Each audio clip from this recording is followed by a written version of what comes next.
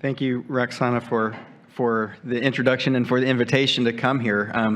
I feel like I'm in the pack of wolves. I'm a non-invasive cardiologist. I do large-scale randomized clinical trials and do general cardiology, usually on a teaching service at Parkland Hospital.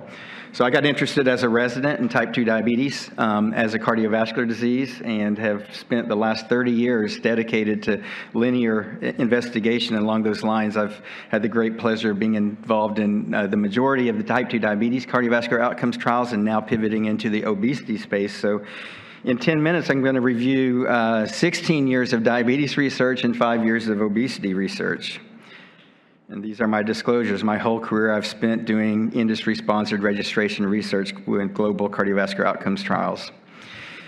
So the ESC writes guidelines, and they have a rule that for every task force writing a guideline, they can have one and only one non-European on the task force. And so I had the great privilege of being that one person and contributed to the 2023 update of the ESC diabetes guideline. I wrote the anti-hyperglycemic section for this guideline, and it was a real thrill to be involved. And I think we've done a really good job. It wasn't just me, the entire task force. So just to review the data, the spoiler alert, the take-home message is these are cardiovascular drugs that initially were developed for diabetes, right? So now they are cardiovascular drugs with a side effect of lowering blood glucose. So these are the SGLT2 inhibitor data, a meta-analysis from the 6 large Canvas program was 2 trials. So 6 large randomized outcomes trials proving statistically significant reduction in major adverse coronary events, which are cardiovascular events, which includes cardiovascular death, MI, and stroke. So in the top panel, you see the overall meta-analysis.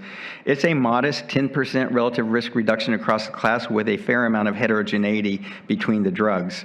In the bottom, we've parceled out the ASCVD on the top and no ASCVD, but with multiple risk factors. Now, these are all patients with type 2 diabetes with ASCVD or high risk for ASCVD in these. And so what you can see in the bottom panel is almost all of the benefit of these drugs are experienced among people with known atherosclerotic cardiovascular disease. The point estimate among those with risk factors is just 6% relative risk reduction and no longer statistically significant. So these observations, especially stratifying people by whether the presence or multiple risk factors, gives us differential recommendations in the guideline that I'll cover in a minute.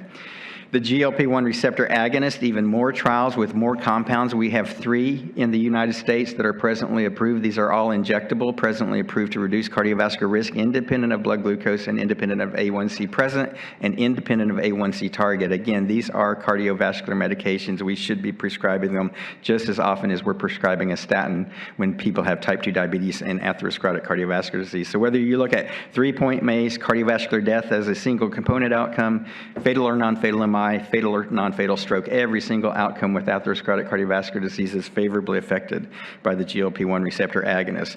So this totality of evidence made us take one step farther than any guideline before, including the endocrinology diabetology guidelines, is, as you see at the top, for every single patient with type 2 diabetes, we give a 1A indication for both a GLP-1 receptor agonist and a SGLT2 inhibitor.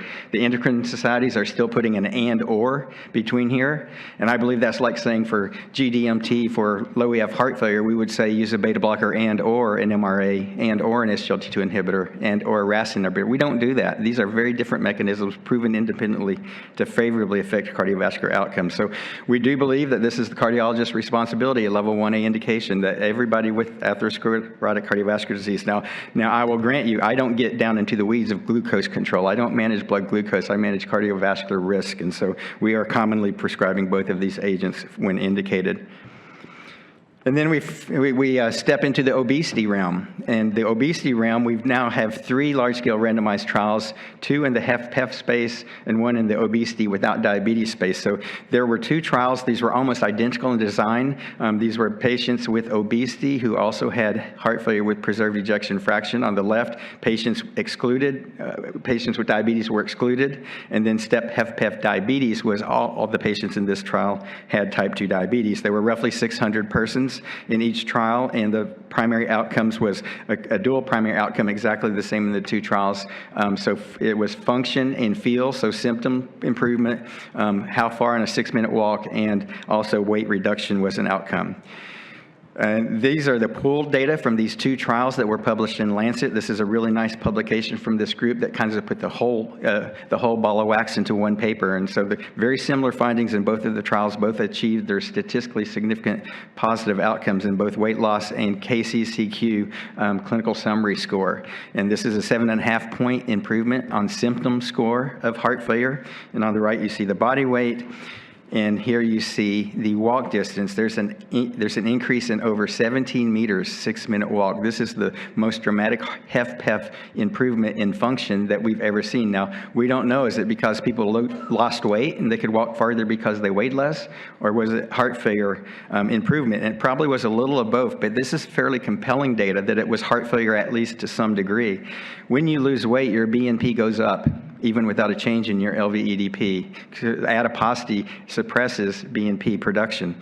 And so the fact that the BNP went down substantially and significantly in the semaglutide-treated patients tells you that at least some of this improvement in feel and function is due to heart failure improvement. Then we'll step into the SELECT trial. Note last AHA, this was presented and published. This was the largest obesity trial ever conducted, 17,600 participants, age over 45, with a BMI of greater than 27, greater than or equal to 27. So this is overweight or obesity. Excluded in this trial were people with diabetes. And so this is a obese patient population excluding diabetes. This is this cardiovascular outcomes trial with a primary outcome of cardiovascular death, MI, and stroke. The cumulative event curve is here, and you can see that there's a 1.5 absolute risk reduction, a 20% statistically significant relative risk reduction, the very first obesity trial ever to demonstrate cardiovascular improvement. And so this is a landmark trial. And due to the compelling evidence from this trial, for the first time in U.S. history, Medicare has agreed to cover semaglutide for the treatment of obesity. So this now adds 3 million Americans to the eligible patient population covered by Medicare to receive a drug to treat overweight or obesity. Now, this is a busy field. These are all the compounds that are in human investigation for the treatment of obesity. There are 29 different agents in phase 1 and an additional 22 agents in phase 2.